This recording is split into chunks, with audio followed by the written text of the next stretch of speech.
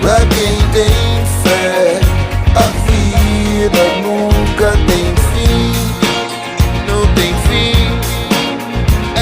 Se você não aceita o conselho, te respeito. Resolveu seguir, ir atrás, cara e coragem.